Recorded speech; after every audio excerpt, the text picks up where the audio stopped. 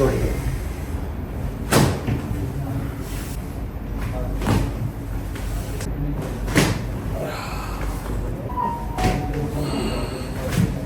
कितने सेशन हुआ आपने?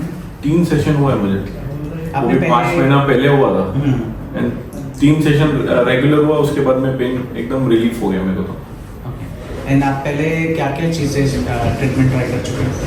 मैं पहले मतलब आयुर्वेद वाले के पास गया था, फिर कोई हड्डी पे लेप लगाता है उसके पास गया था, मतलब मैं सिर्फ 3-4 लोगों के पास गया था, बट वहाँ पे ऐसा कुछ हुआ नहीं।